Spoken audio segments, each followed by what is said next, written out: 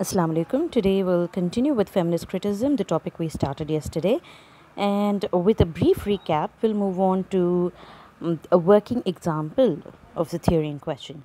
Okay, so to begin with, we saw that the feminist movement, which gained momentum in 1960s, was nothing new, but a product of, or sort of a culmination of everything that of the writings of women who realized their own potential and recognized the unfairness of their conditions, and their writings sort of moved from face to face and finally culminated in this women's movement of the 1960s. Okay, so why it is called why it is specifically stated as such is because it was by and large the most sort of the pinnacle of all the protestations or the arguments that had taken place in the history of the feminist movements as such.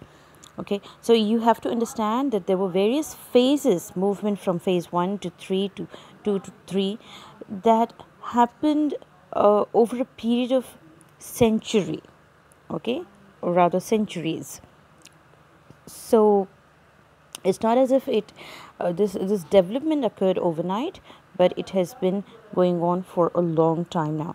So though only Mary Wollstonecraft and Virginia Woolf is mentioned here, there is Simone de Beauvoir, and there were plenty of other writers, male writers as well, like John Stuart Mill, who wrote vehemently against the injustices practiced against women, right? So moving on. So the basic idea is that the feminist writing as such is not something that is an added appendage of the movement, but is central to the movement itself. You see, central in the sense it was the impetus from which all such all arguments took place. You could say that the arguments sort of further continued from finding impetus in the writings of the feminist writers. So we see the basic distinction between the three terminologies: feminism, feminist, and female. Feminist would be a political position, while the female would be a biological position, and feminine, culturally defined characteristics of the woman, right? So it is mainly the clash between the idea of female and the culturally defined role of a female that one finds herself or himself taking a stand, taking a political stand, wherein you either become a feminist, a staunch feminist, or the various levels of there are various levels of feminism. One would be where you are mildly aware of your of the unreasonableness of your situation, your position, of the female position rather, that is if you're a male. And there is another level where you fight for what is your right, and there is a further more, there is a further extremely radical position where you seek excessive sort of fundamentalist and a radicalist position of seeking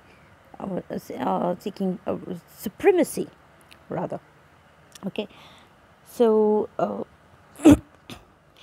there in terms from the 1960s, as I said, the women's movement which gained momentum in the 1960s, it paved way for further diverging out of branches of study. So initially the women writers, they simply followed a certain certain culturally defined roles, and they looked into how the mechanisms of patriarchy worked in favor of men, and disqualified women for any kind of fair treatment. So this was the age, or probably the time, when the focus of women was mainly on the injustices, and it was mainly on the observations of the societal construct, where man holds all the power. Okay, so it was the mechanism of patriarchy that was of paramount importance to the writers of the 1970s.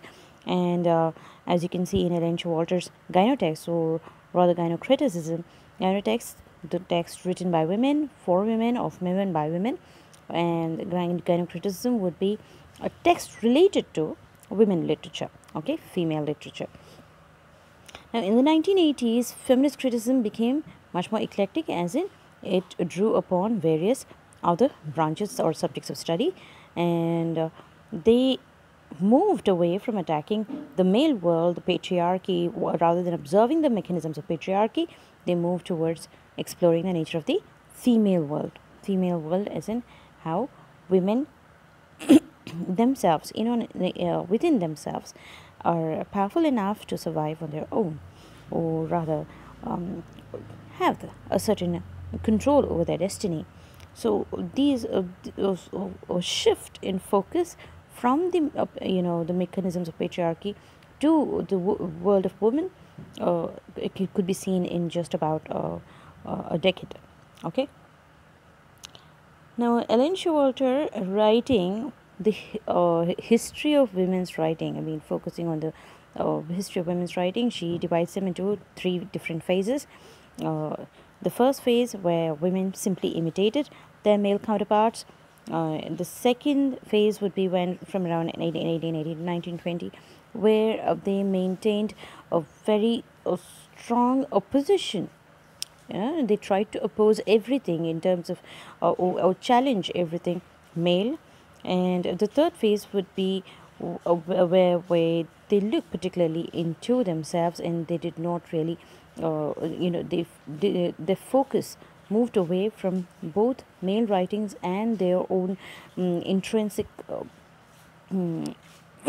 awareness of their own history of writing. They wanted to rewrite the canon of female writing throughout the ages.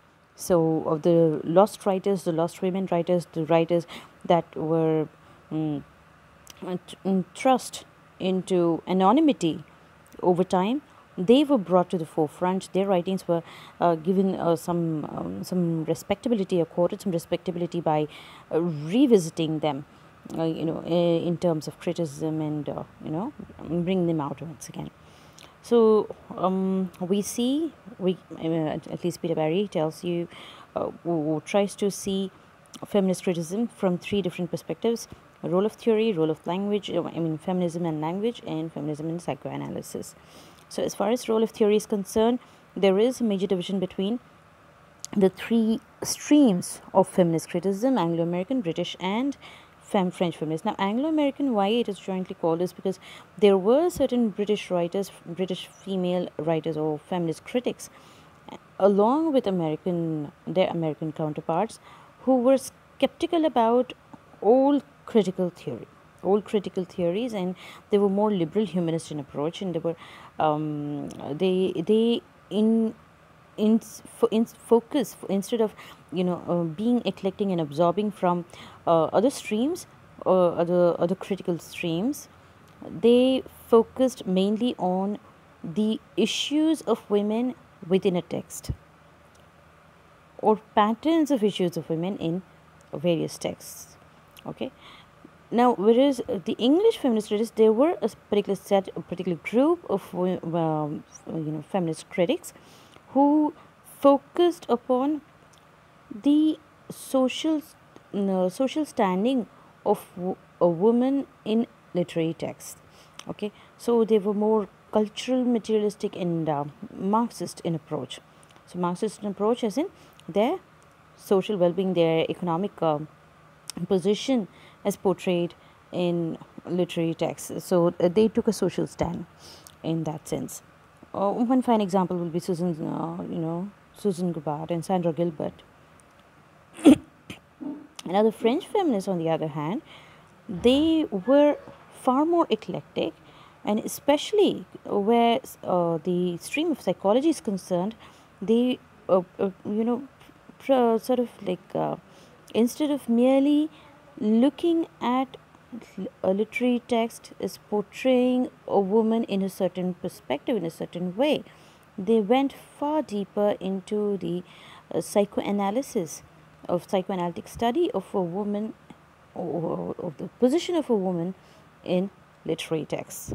Okay, and to them, a text is beyond real.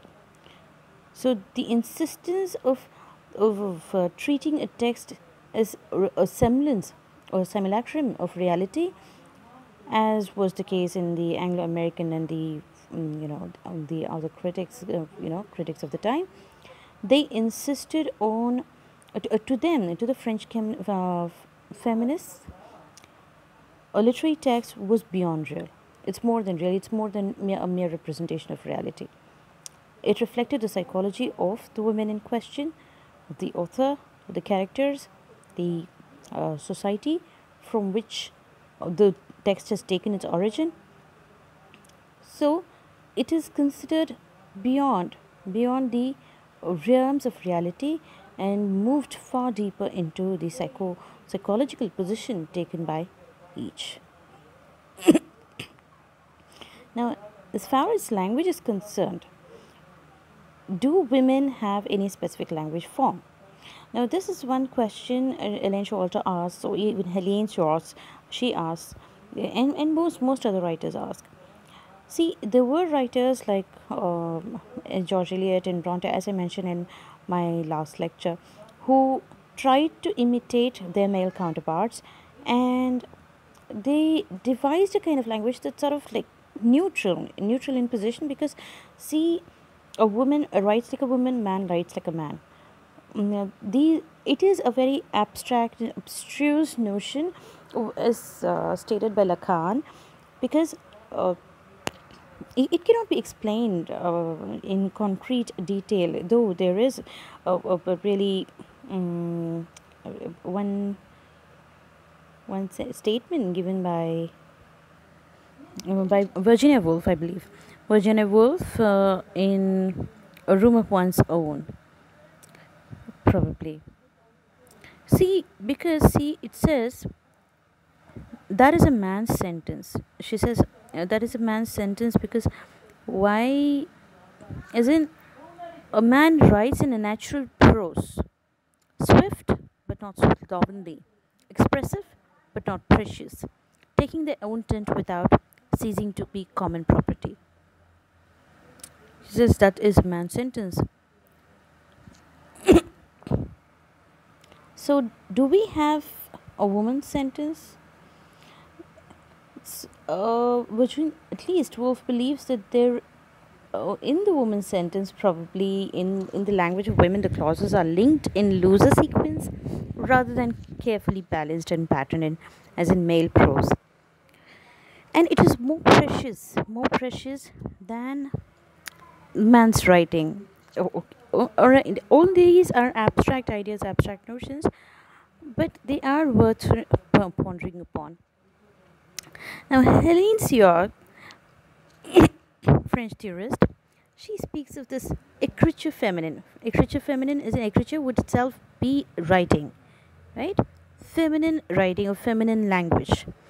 Now, it is associated with the feminine in facilitating the free play of meanings within the framework of loosened grammatical structures. See, a woman's mind is wired differently from a male mind. That is an accepted given fact, right? So, a woman's writing is bound to be way different than a man's writing. So, you see,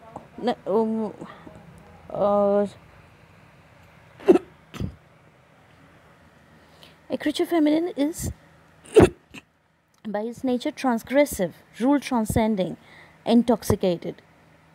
But it is clear that the notion, as put forward by Sewell, raises plenty of other problems. So, so what is the realm of the body? Is it a physical one or is a mental one? And if it is impregnable to social and gender conditioning, and issue forth a essence of the feminine, how does this essentialism exist? Why does it exist? So these questions could be asked in relation to such arguments. Again, Julia Kristeva also puts forth some such argument once again. Mm, so, moving on to feminist criticism and psychoanalysis.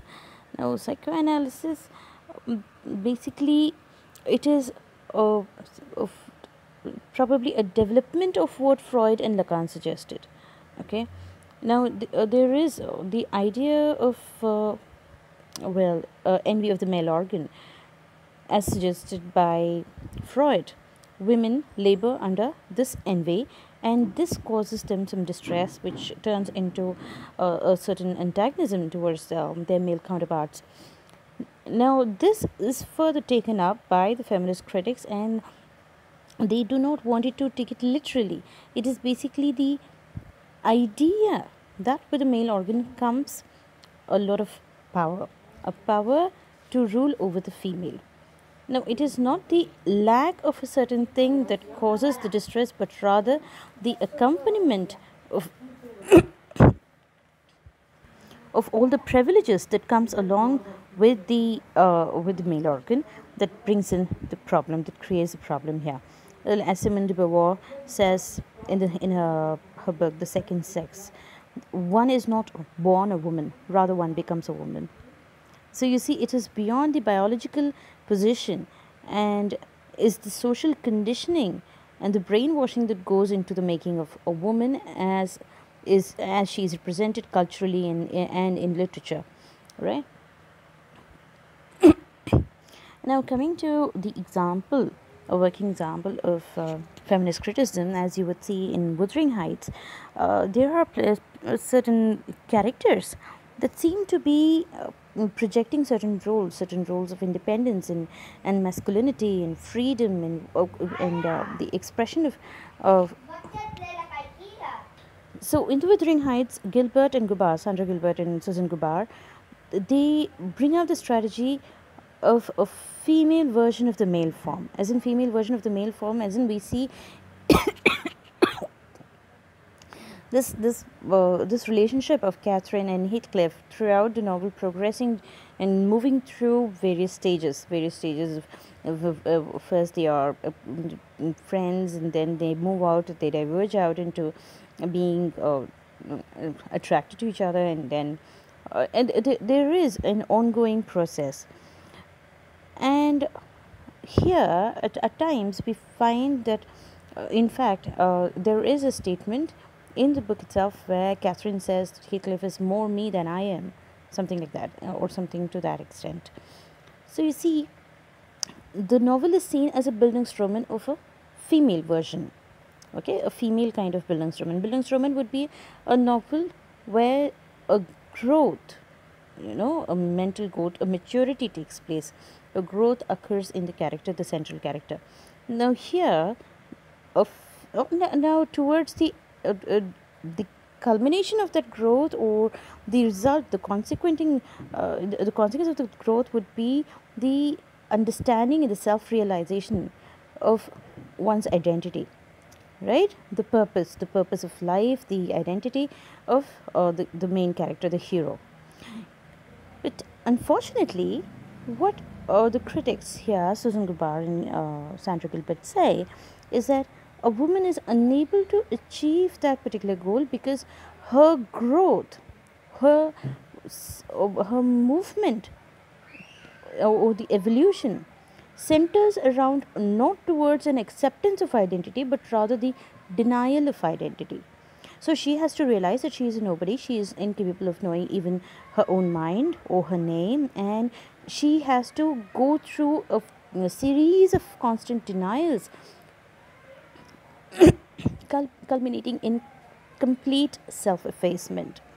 Now, that is a role projected by literature at all times. A woman has to sacrifice herself, has to change herself completely. Now, Catherine, when she moves from the heights, from the heights to Thrushcross Ranch, she becomes a changed person. She right from the beginning, and of course there is a mention of castration as in not as being castrated as a male organ being castrated, but the lack of a certain thing creating a certain disability, a certain weakness in a person, making that person incomplete, unwholesome, right? So this weakness that is brought about, which is not exactly an instinctive part of Catherine in the first place, this castration she feels is made to set in her through a series of events, through a series of uh, mm, denials of her self-identity, that leads to various disastrous events towards the end of the novel. All right. So Catherine is made to leave all her instinctive preferences behind. All her instinctive preferences behind, signified by the heights. She had to take on an alien attitude, signified by Thrushcross Ranch, in order to achieve acceptability and femininity. So she has to completely change herself. Now, the marriage with Edgar Linton locks Catherine into a social system which denies her autonomy.